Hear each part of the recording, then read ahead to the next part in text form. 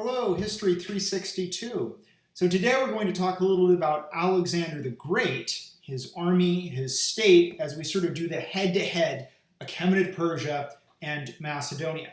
And really the comparison is whale on one side, goldfish on the other. This is a classic case of the goldfish swallowing the whale. So again, population-wise, I don't think we have a great perfect sense of what the population of Achaemenid Persia is, but it's probably tens of millions of people. I would say anywhere from 10, 20, 25 million people. That's a guess, but I think a lot of people wouldn't think it's a crazy guess. Now, the population of Macedonia, we also don't have a great sense of. There is no sort of universal census. The highest estimate is, I've heard, is about 1 million. Columbia professor named Richard Billows. I actually think, and I've thought about this a bit, that's too high. Judging from the evidence we have for military mobilizations, which are somewhat related to population, given that Macedonia has a citizens' militia, we're probably looking at anywhere from 300 to 500,000 free Macedonians. So even if it's a million, the population of Macedonia is much, much, much, much less than the population of Achaemenid Persia. In terms of fiscal resources, the Macedonians are compared to the Greek city-states quite well off. I mean, remember we talked about how Philip II had captured the mining regions around Amphipolis and to the north in Thrace, and therefore is able to mine and mint money in a way that would make most Greek polis quite envious. Now, while Macedonia is wealthy vis-a-vis a standard Greek polis, it is dirt poor compared to the Persians. Again, there is no comparison.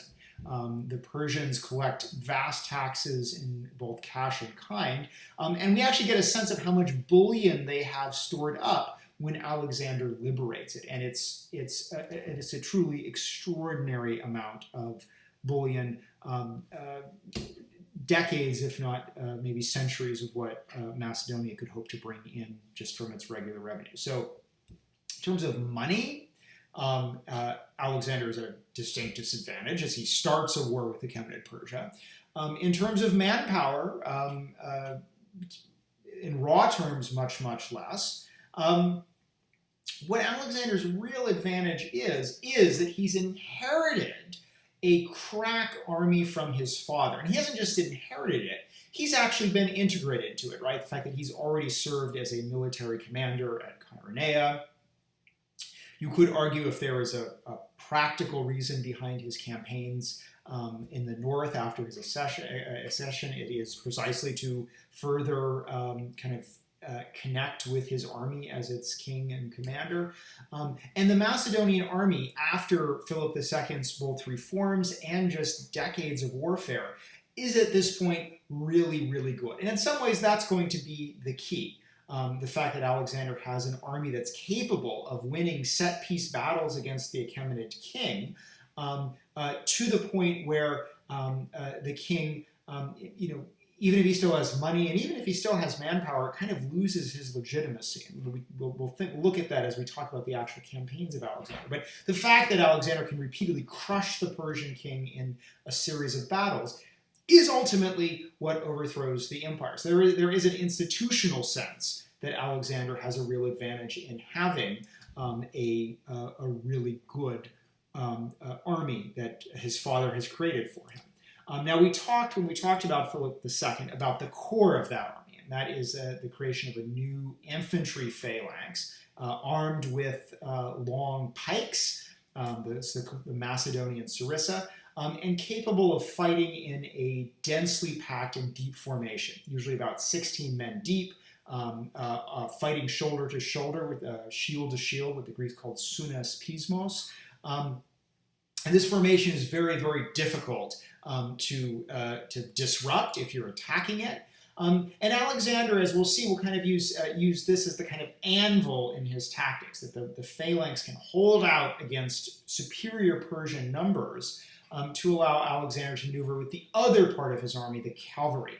And one key about both Philip and Alexander is it's not just that they have a phalanx, it's that they have a phalanx that's actually integrated into really effective combined armed tactics. And so light infantry, which largely serve as screens, a crack heavy infantry phalanx, and then the Macedonian cavalry, which has been one of the sort of traditional strengths. These aristocrats who drink with the king, hunt with the king, are raised up as royal pages alongside Prince Alexander with the king.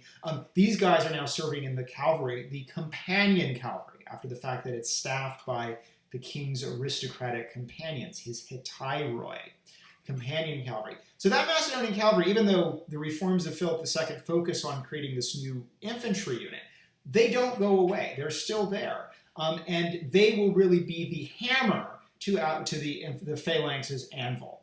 And importantly, there's a really important sort of social dynamic between Alexander and his cavalry.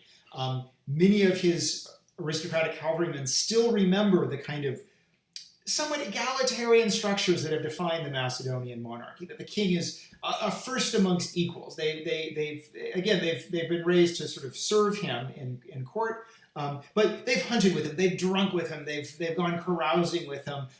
There is also a very competitive element. So if Alexander's at a party and he picks up a big flagon of wine and says, "We're all drinking," everyone else is picking up a big flagon of wine and they're all drinking. When we transition to the battlefield, if Alexander says, "I'm riding that way into the Persians," all of his companions, all of his hetairoi cavalry are programmed, socially programmed, to follow right behind him and try to fight as hard as they can to distinguish themselves. And that competitive aspect works both ways. Alexander is trying to, whether it's at a party, outdrink his companions, and then also on the battlefield, outfight them. And that competitive dynamic between Alexander and his aristocratic cavalry, as he fights with the cavalry, is a really key aspect of Alexander's leadership. You can buy a whole bunch of books, the leadership secrets of Alexander the Great, and they're mostly going to be pure, unadulterated horseshit.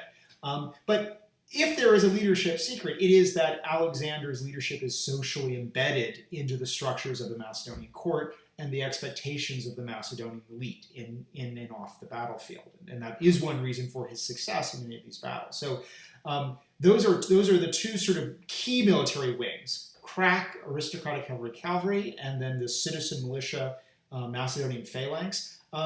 He has about 12,000 phalangites and several thousand cavalry, supplemented by levies from Greek city-states, and also light armed troops that he's hired mostly from the Aegean, some who we might just consider mercenaries.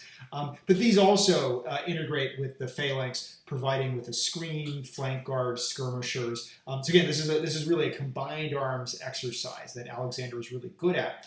Something that Greek city-states have typically been less good at, that Greeks commanders, they're getting better in the 4th century, oftentimes struggle to integrate heavy infantry, light infantry, and cavalry. Philip and Alexander both do that really, really well. Another military development that is important is Philip has become really interested in siege warfare and hires up Greek engineers who can produce the most modern siege devices, in particular catapults. And a catapult, what the Greeks call a catapult, is actually it's a sort of torsion bolt shooter. So it's less the sort of flaming catapults, although the Greeks do have something that throws stones, a lithobolos. But a catapult is essentially shoots giant arrows, and it can be used to clear the walls of an enemy city, to allow either siege towers to be pushed up against it so that men can be brought over the walls, siege towers and ladders, or potentially you can get crews close enough to start undermining the walls. And of course, the closer they can get, the less they have to tunnel. So, but a key to that is you have to sort of maintain a kind of firepower superiority to make sure that the enemy can't be on the wall, preventing you from getting that close. So these devices, Philip heavily invests in it. And so Alexander is also going to have a real siege capacity when he goes, and we'll see this when he besieges places like Tyre and Halicarnassus. Now there is one giant gaping weakness in Alexander the Great's military capacities, and that's the Navy. He doesn't have one. He's not good at it. The navy that Alexander is going to be using is one drawn from his allies, mostly from the Athenians. It seems pretty clear as we see from his campaigns that he doesn't trust the Athenian navy and would rather do without it.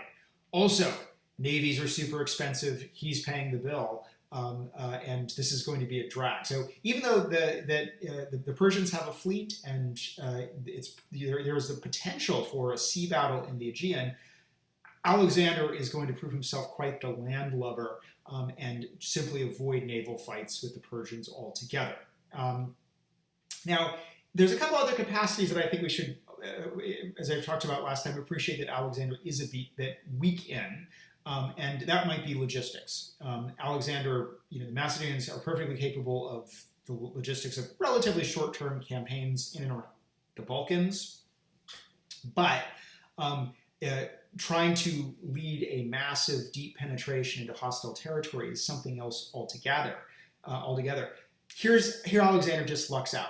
He benefits from Persian infrastructure, as I tried to emphasize in the last video. His logistical problems are largely solved for him, which means he can focus on the things that Alexander's mind does really well, which are particularly kind of battlefield tactics and almost psychotic grand strategy of simply continuing to drive forward.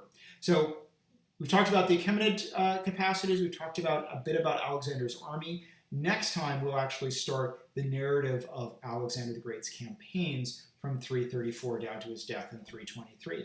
So we'll talk soon.